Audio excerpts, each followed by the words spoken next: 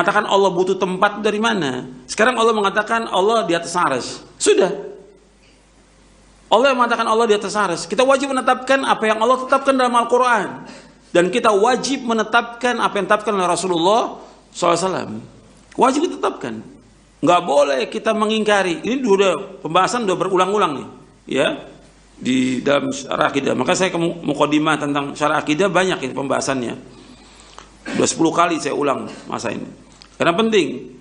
Karena banyak orang nanti terkena syubhat dari akalnya yang picik itu. Mengatakan Allah butuh tempat, itu kan perkataan dia. Sekarang yang mengatakan Allah di atas arsy, siapa yang mengatakan? Allah. Wajib kita dengar perkataan orang, ulama, kiai, atau Allah yang kita dengar? Allah. Assalamualaikum warahmatullahi ta'ala wabarakatuh. Saya akan membentangkan tentang kenyataan sesat daripada Ustaz Yazid bin Abdul Qadir Jawas berkenaan tentang ayat Ar-Rahmanu 'alal 'arsy istawa. Di dalam klip video tersebut, penceramah tersebut menyatakan bahawa Allah itu berada di atas arsy berdasarkan ayat 5 surah Taha dan menolak pandangan ulama tentang ayat tersebut. Serta beliau mengatakan bahawa kita wajib menetapkan maksud ayat tersebut sepenuhnya pada Allah sahaja, tanpa apa-apa takwilan. Beliau juga mengatakan bahawa sesiapa yang mentakwilkan ayat tersebut derhaka dan tidak mempunyai adab terhadap Allah. Akan tetapi, beliau mengatakan Allah berada di atas berdasarkan takwilan beliau yang perkataan Al-A'la yang berada pada ayat pertama surah Al-A'la dan Ali yang berada di dalam ayat kursi serta banyak lagi ayat-ayat Al-Quran yang menggunakan perkataan tersebut yang bermaksud tinggi, yang menunjukkan bahawa Allah yang maha tinggi, yang membawa maksud Allah itu berada di atas berdasarkan takwilan beliau. Ulasan dan pandangan ulama ahli sunnah wal jamaah dan menjawab semua persoalan yang ditimbulkan oleh penceramah di atas. Allah berfirman Ar-Rahmanu 'alal 'arsy istawa, iaitu Tuhan yang maha pemurah yang bersemayam di atas aras. Surah Taha ayat yang kelima. Dalam mendekati hujah yang menyatakan Allah Subhanahu Wa Taala berada di atas langit, perlu difahami dengan mendalam bahawa sifat Allah Subhanahu Wa Taala tidak boleh dibataskan oleh konsep ruang dan arah seperti yang biasa kita fahami dalam dimensi fizikal kita. Walaupun ada yang berpendapat dari beberapa ustaz yang menyokong pandangan ini, perlu dihadapi dengan kebijaksanaan dan kesedaran terhadap kebesaran Allah yang melampaui dimensi fizikal. Hujah yang mengatakan Allah Subhanahu Wa Taala berada di atas langit mungkin timbul dari tafsiran literal terhadap beberapa ayat Al-Quran yang menggunakan ungkapan itu. Namun penting untuk diingatkan semula bahawa ungkapan ini perlu difahami dalam konteks kebahasan dan perumpamaan yang digunakan oleh Al-Quran. Allah menyampaikan maklumat tentang sifatnya kepada manusia dengan menggunakan bahasa yang dapat difahami oleh akal dan perasaan manusia, namun bukan untuk diterjemahkan secara literal dalam dimensi fizikal.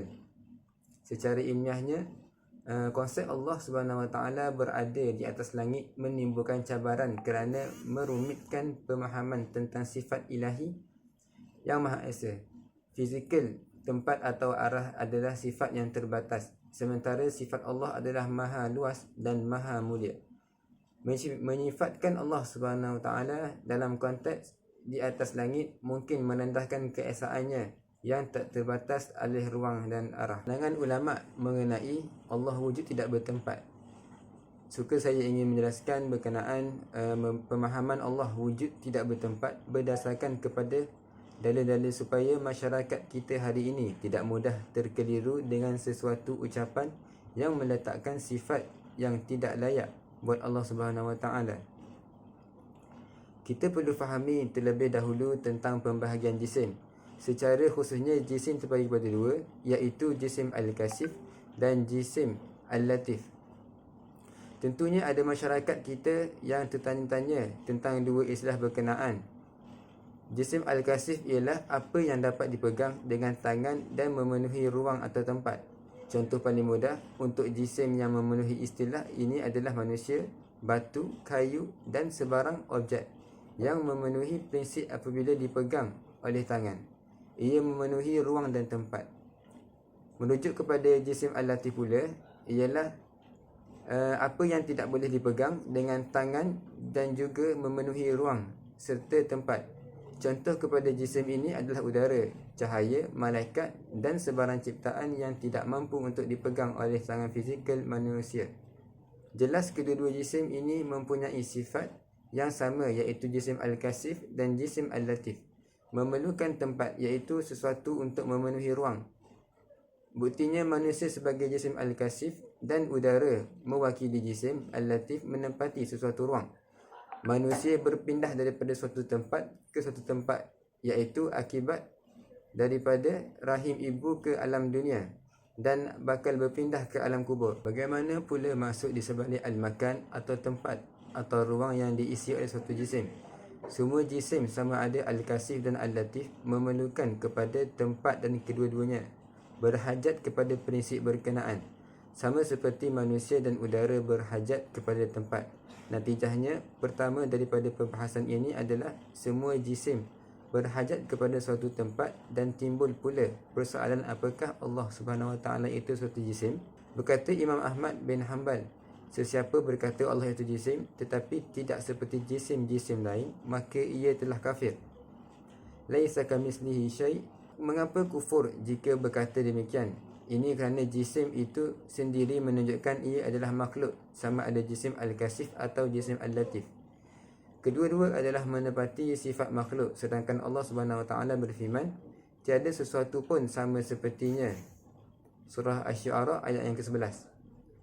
Hikmah kepada perbahasan ini menunjukkan bahawa Allah wujud tidak bertempat dan ia selari dengan akidah ahli sunnah wal jamaah yang diperakui oleh imam-imam serta ulama-ulama muktabar sepanjang zaman.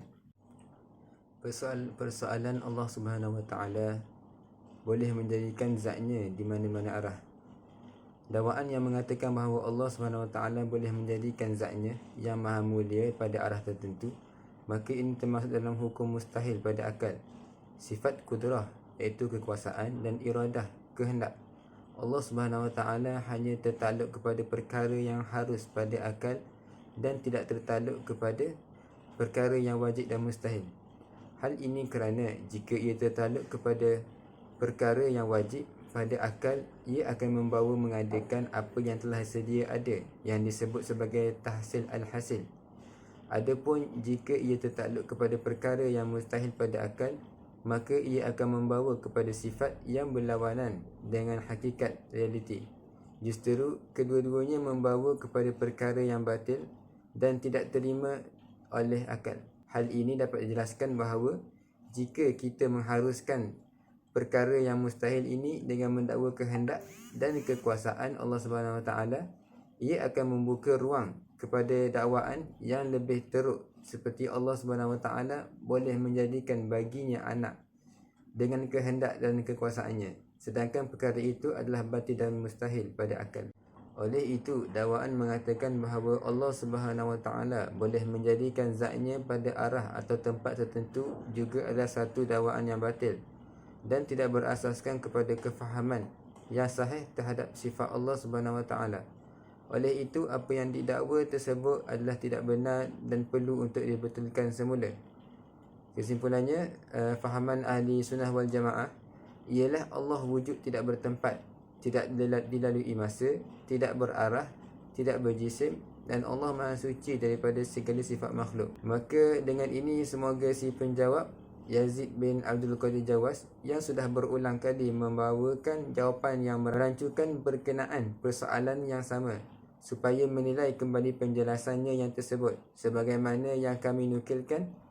Semoga dengan penjelasan ringkas ini kita tidak bermudah-mudah menggelarkan orang lain sebagai berpenyakit hatinya, ditakuti ia terkena diri sendiri. Sekian daripada saya. Assalamualaikum warahmatullahi wabarakatuh.